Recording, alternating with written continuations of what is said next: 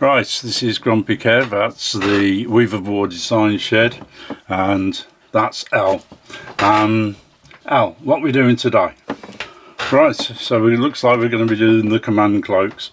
So if you just like to drop that L, thank you L, I'll put that back, toddle back.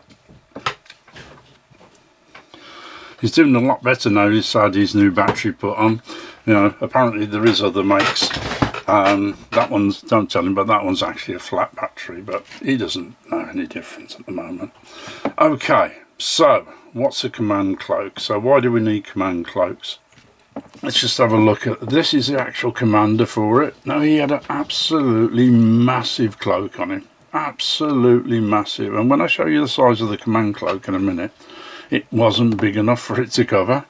So I've had to trim it down, and if you do that, if you do that, the best thing to do is then just paint it black so that it's underneath the command cloak. Oh, what does a command cloak look like? A command cloak is that big.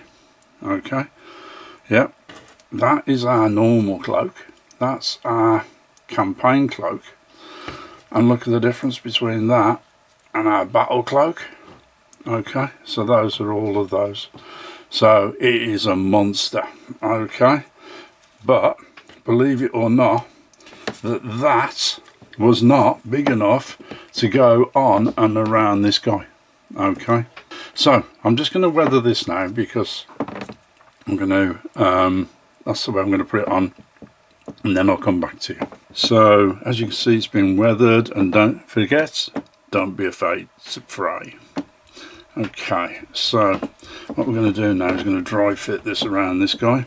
Now, the tabs on this are huge, okay, and they're huge because they have to cover all of this around here, and there's a lot of figures out there that have got that amount of plastic on the front that you would normally have to paint. So as you can see there, that is a big piece of kit, but it's got to cover all the way down. Let me use Granny's tools, and now a pointer. Look, it's got to cover all the way down to there. It's got to come round. It's got to go underneath his arm, because they've modelled it underneath his arm. So it's got to come underneath the arm, and then over the top, and then you've got to put some wrinkles in it. Okay, so, and because we want to try and make these cloaks as universal as we can, on the front there is a lot of fabric. Okay, so as you can see, use Granny's tool as a pointer. There's a lot of fabric, and as you can see, I don't need that much. So what options does that give me? Well, the options is that you can crumple it up.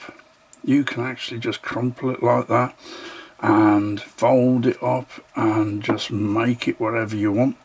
Okay, so it gives it that little bit. So you've got here, you've got that little bit of bulk, you've got that little bit there, so you can put it around like that. So I've folded the fabric, and now it looks a bit more realistic. Okay, so if I was going to do that, which I am on this occasion, because the other option is can you see where I folded it? Nice. So I'll just do that. Yeah, can you see where I folded it there? You could cut that off. Okay, so what I might do is we'll test that one again, and I will take it off camera and I will cut it off. Okay, okay, so I'm back. So as you can see, I used a scalpel on that, and I've cut that off, so that now fits around there like so. Okay, so I'll just hold it there, I'll put the thing on Granny's tool. Now that fits there. Okay, now on this side, what you can do, or what I'm going to do, is I'm going to do exactly the same. And remember, I'm doing this up in the air, I'm not doing it flat on the table. Okay, so I'm going to put that down there like so. I'm going to hold it like so, and then I'm going to lift this up like so, and I'm going to put I am now going to put some glue on the back of that, and I'm going to fold that under, okay, instead of cutting it. So when I've done that, I'll be back to you. A bit early just to show you, because I got ahead of myself there and forgot that sometimes I talk and I think that people know what I'm on about. So what I've done there is I've just put a bit of glue on the back, and you can use your finger as well as Granny's tool, okay, and let that tack up. Remember now is that when you fold it over there, to leave enough on the tab. So all I'm doing there is I've matched the tab there, and I've matched the tab there, and I've folded that back so you haven't got so much fabric, okay, and I've just done that on a roll, okay, so I've just rolled that back. As you can still see, it's processed on that side, you can see that, and then you've now made it for that figure. So you've cut it on that side if you wanted to cut it, and I've showed you the other side, which is how to roll, stick and roll it. I actually prefer the stick and roll because you get that nice edge, okay, where that you get a cut edge, whatever you want.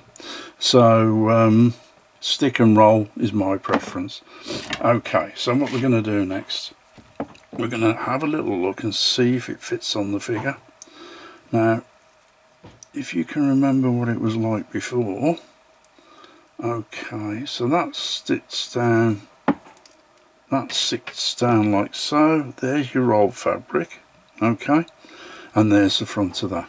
So what I'm going to do is I'm going to stick this and stab it on the back, and what we're going to, I'll show you that. I wasn't going to show you, but I will. So we're going to stick it there, we're going to stick it there, and we're going to stick it there, okay. We're just going to let it tack up a bit, and again you can rub this into the fabric if you want, okay, so if you really want to, you can rub that into the fabric, and that gives it that little bit more, less tack up time. So I'll leave that, I'll come back to you.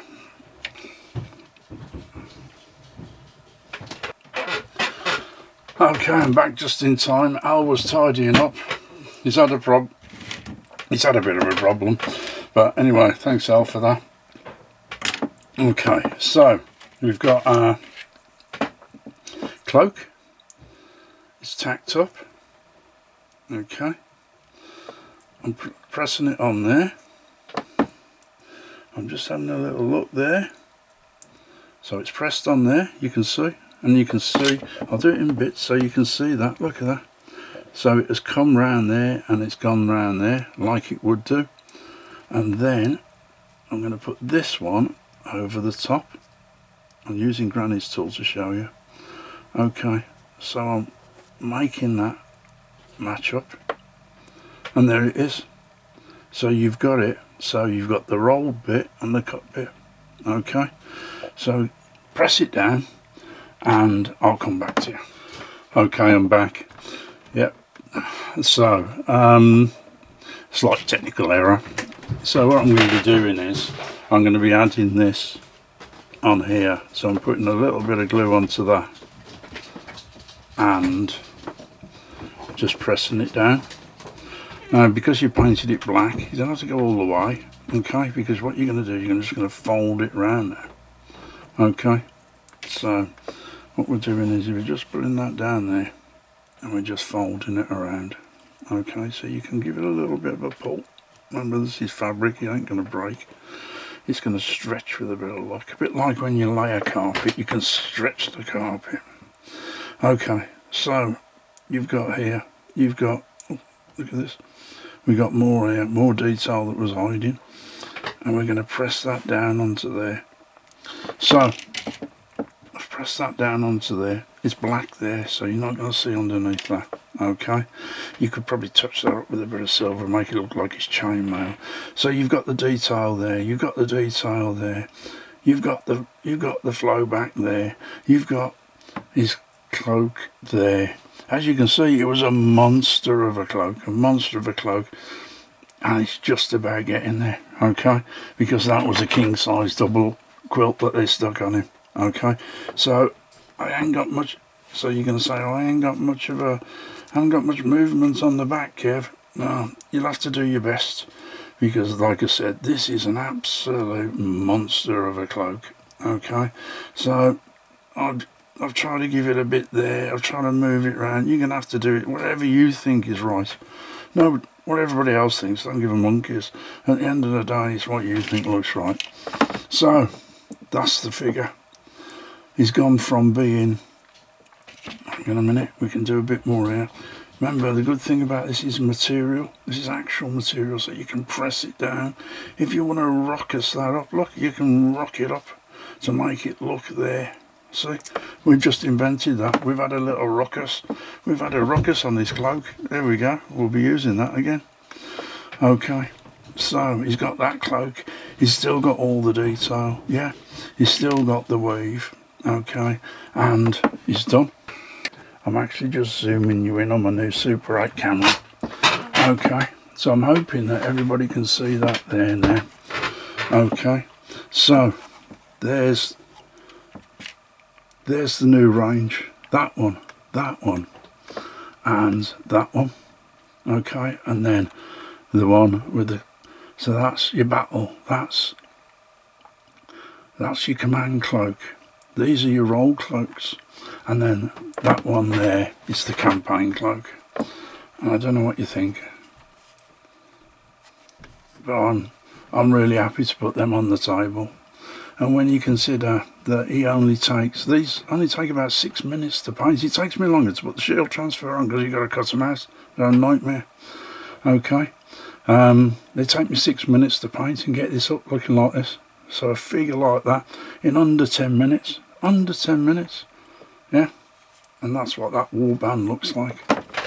So anyway, that's it from me. That's it from Al. Thanks for watching.